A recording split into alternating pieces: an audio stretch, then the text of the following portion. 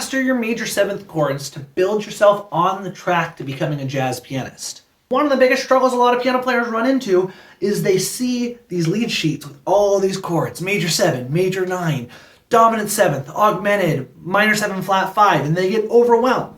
What we want to do is start simple and learn first and foremost our major 7 chords. That's like the bread and butter of jazz chords. If you know your major 7 chords really well, every other chord from there gets a lot easier. So, how do we build a major 7 chord? Well, first, we just want to be able to play. The major 7 chord comes from the major 7 scale, from the major scale. So if we have C major, to make a major 7th chord, we just need the root, 3rd, 5th, and 7th. Basically every other note. This is playing the major 7th chord kind of in a blocked way in root position. This isn't necessarily how you're going to play it on a gig, but this is a great way to start to connect the theory to your fingers to your ears. Play this through the circle of fifths in all 12 keys. 1, 2, 3, 4.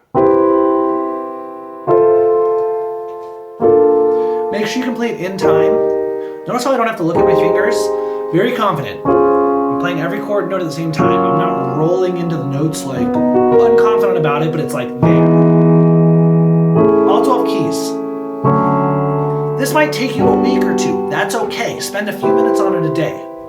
Once we have it like that, next thing we want to do is be able to open this up a little bit. What I really like is being able to take the C and the G, the 1 and the 5, let's bring those down to our left hand, and then the E and the B in our right hand. This is like an open voicing. One of my students described this as like falling snow, especially when you go between C and F like that. Anyways, let's see if we can play this through all 12 keys. 2, 3, 4. 2, 3, 4.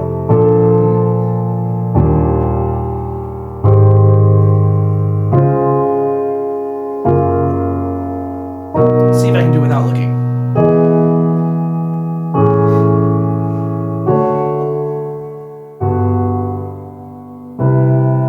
Beautiful, right? That's a really powerful way to play that chord. What we could also do, next step would be to take your right hand, your 3rd and 7th, and we're going to invert it. Basically that means we're going to take the bottom note, make it the top note. So just take one of the notes and move it up or down an octave. So if you remember, we had C and G and then E and B. Well, instead we could take this B down the octave, so it's C, G, B, E. We could take this shape through all 12 keys. Let me do that real quick.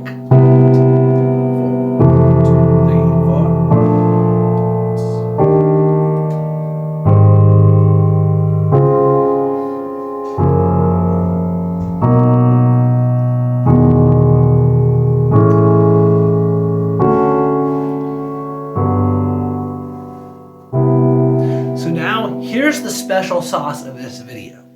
The beautiful thing is we can take one of those chords, one of those chord shapes, go back to the C with the E and B right here, and if we go to the F chord, we'll move our left hand there because root motions being 4ths and 5ths actually feel really satisfying to the ear, but the top notes of the chord, our ear wants them to move closely. That's what the concept of voice leading is.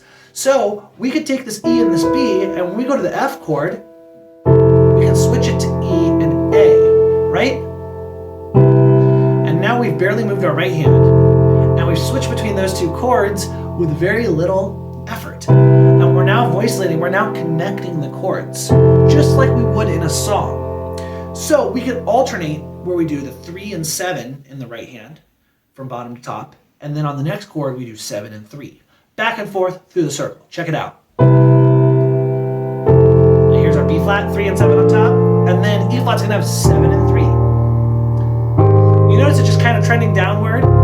My right hand's barely moving at all. Because I know this so well, it's super easy. Basically, I'm a piano pro is all I'm trying to say. I crack myself up, and if you don't crack yourself up, I'd encourage you to do that, but that's another video for another channel. So we did that one way, right? We could do it the other way. We could start with the B and the E for the C chord. And same thing, do the same pattern, but now we're just doing the other set of voicings through it.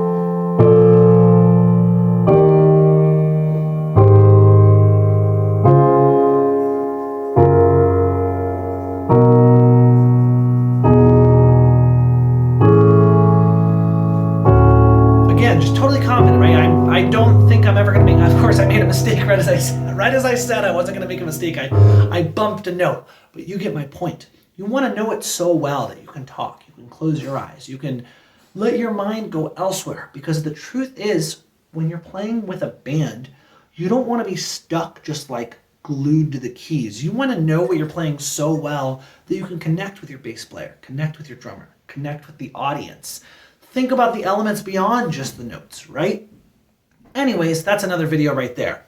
This is your major 7 chord crash course. If you can do the root position and then open it up to this where you have root 5, 3, 7 or root 5, 7, 3, and then be able to take those and alternate between the 2 different shapes we have, your understanding of major 7 chords is going to skyrocket. Then when you want to go work on dominant chords, minor 7 chords, augmented chords, half diminished chords, your foundation is strong and it's going to be a lot easier to make those chords happen in time. If you like this video, click like, click subscribe. I mean, who am I kidding? And drop a comment. Let me know. Say, Danny, I liked this video and I had a question. And then ask me your question about piano. I don't have a day job. I will make a video about it. I swear. And if you like these types of videos, if you want to learn about how you could fast track your piano playing experience and work directly with me, send me a DM on Instagram @AdventureWithDanny. Happy practicing!